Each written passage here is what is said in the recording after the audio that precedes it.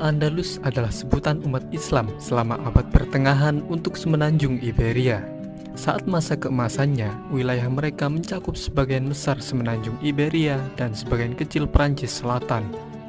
Saat di bawah pemerintahan kekhalifahan Cordoba, Al-Andalus menjadi pusat pembelajaran, dan kota Cordoba yang saat itu adalah kota terbesar di Eropa menjadi salah satu pusat budaya dan ekonomi terkemuka di seluruh cekungan Mediterania, Eropa, dan dunia Islam. Al-Andalus menjadi pusat pendidikan utama untuk Eropa dan negara sekitar Laut Mediterania, serta menjadi jalan untuk pertukaran budaya dan karya ilmiah antara dunia Islam dan Kristen. Dan berikut ini adalah sejarah Al-Andalus selengkapnya.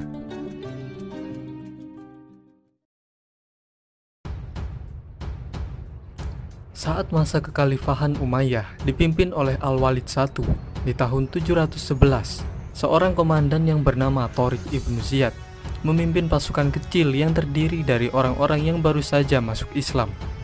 Mereka mendarat di semenanjung Iberia, kemudian berkemah di kaki gunung yang selanjutnya dinamai menurut namanya, Jabal Tariq atau Gibraltar.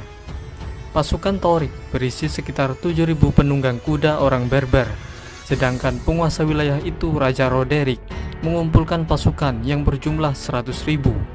Namun sebagian besar pasukan tersebut tidak terlalu loyal pada Raja Roderick.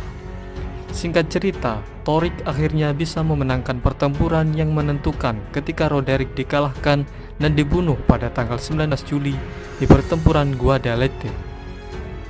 Kemudian Tariq membagi pasukannya menjadi 4 divisi yang kemudian menaklukkan Cordoba di bawah komando Mughith al-Rumi. Begitu pula dengan Granada dan kota-kota lain. Sementara itu, Tariq tetap menjadi kepala divisi yang menaklukkan Toledo. Setelah itu, pasukan tersebut terus bergerak ke utara sampai ke Guadalajara dan Astorga, dan akhirnya sebagian besar semenanjung Iberia menjadi salah satu provinsi kekhalifahan Umayyah yang disebut Al-Andalus. Namun pada tahun-tahun setelah penaklukan, hubungan antara orang Arab dan Berber di Al-Andalus menjadi tegang karena terdapat perbedaan kasta di antara kedua etnis tersebut. Suatu ketika populasi etnis Berber jauh melebihi jumlah orang Arab di provinsi baru itu, dan kebanyakan orang Berber telah turut serta pada sebagian besar pertempuran, dan mereka juga diberi tugas yang lebih keras, misalnya menertibkan daerah-daerah yang bermasalah. Sampai pada tahun 729 Masehi, komandan Berber yang bernama Munus telah memberontak dan berhasil membentuk negara sendiri di Cerdanya untuk sementara waktu.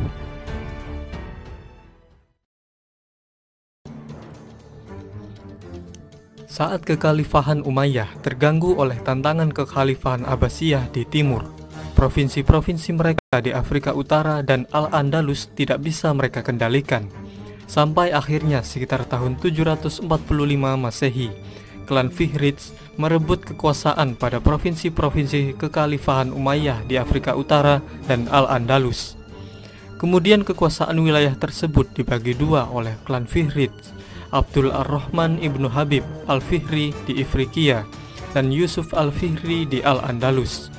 Klan Fihriz bersukacita dengan runtuhnya Bani Umayyah di timur, dan mereka melakukan perundingan dengan Bani Abbasiyah dengan harapan mereka akan tetap diizinkan melanjutkan pemerintahan otonom mereka. Tapi Bani Abbasiyah menolak tawaran itu dan menuntut penyerahan wilayah. Karena tidak terima, kemudian klan Fihriz menyatakan kemerdekaannya dan mengundang sisa-sisa Bani Umayyah yang terguling untuk mengungsi di wilayah kekuasaan mereka. Tapi sekelompok orang yang kecewa dengan kepemimpinan klan Fihriz berkonspirasi dengan keturunan Bani Umayyah yang mengungsi untuk memberontak. Lalu di tahun 756 Masehi, pangeran dari Bani Umayyah yang bernama Abdul Ar-Rahman I menggulingkan Yusuf al-Fihri dan menyatakan dirinya sebagai emir dari Cordoba. Kemudian 1,5 abad berikutnya, keturunannya yang bernama Abdul Ar-Rahman III tidak hanya dengan cepat memulihkan kekuatan Umayyah di seluruh Andalusia, tetapi ia juga sanggup memperluasnya ke Afrika Utara bagian barat. Pada tahun 929, ia menyatakan dirinya sebagai khalifah dan mengangkat status Daratan Al-Andalus dari emirat menjadi sebuah kekhalifahan, yaitu kekhalifahan Cordoba.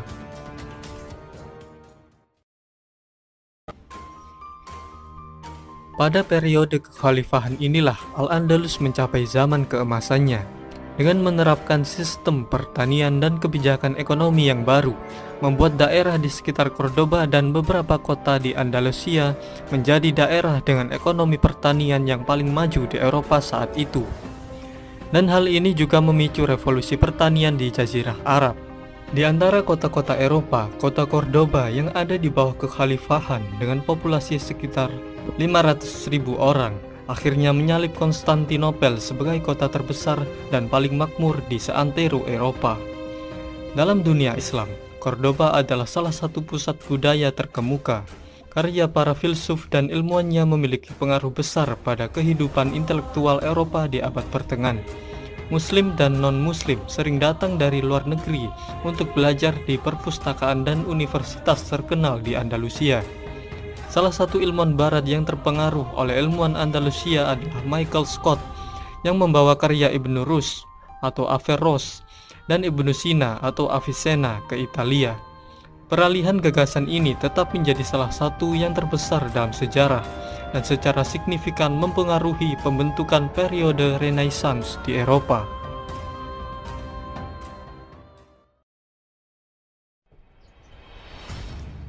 Memang kejayaan tidak akan bertahan untuk selamanya. Kini tibalah saat kekhalifahan Cordoba runtuh ketika terjadi perang sipil antara tahun 1009 dan 1013. Pada tahun yang sulit itu, kekhalifahan Cordoba diinvasi bangsa Berber, sehingga Cordoba menjadi pecah. Mereka juga membantai penduduknya, menjarah kota, dan membakar kompleks istana. Dan di tahun 1031, Al-Andalus pecah menjadi sejumlah negara-negara kecil dan negara besar yang berpengaruh disebut Taifas. Setelah tahun 1031, Taifas terlalu lemah untuk mempertahankan diri dari serangan dan tuntutan upeti dari negara-negara Kristen di utara dan barat, yang dikenal oleh umat Islam sebagai bangsa Galicia.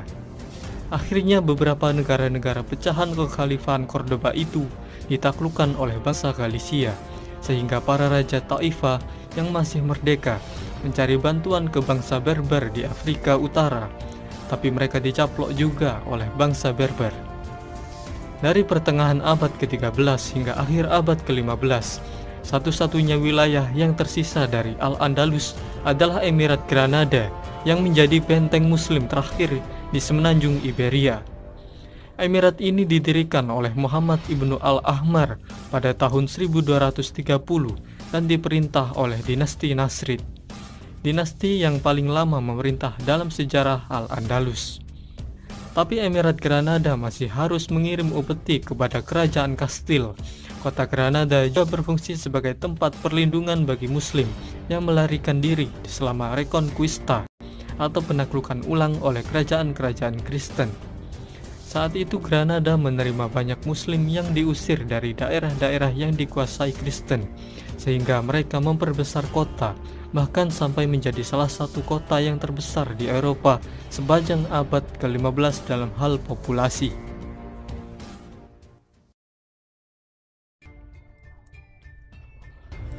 Pada tahun 1469, pernikahan Ferdinand dari Aragon dan Isabella dari Kastil menjadi tanda kalau Emirat Granada akan runtuh.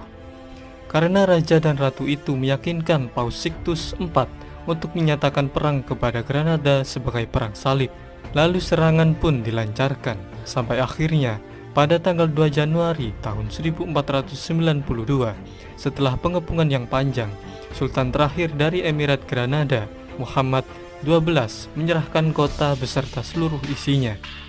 Kini umat Islam yang bermukim di kerajaan Kastil berjumlah 500.000, namun setelah musim gugur, 100.000 orang telah meninggal atau diperbudak, 200.000 orang beremigrasi, dan 200.000 orang tetap sebagai masyarakat minoritas. Banyak elit muslim termasuk Muhammad XII telah diberi area Gunungan Alpujarras sebagai kerajaan.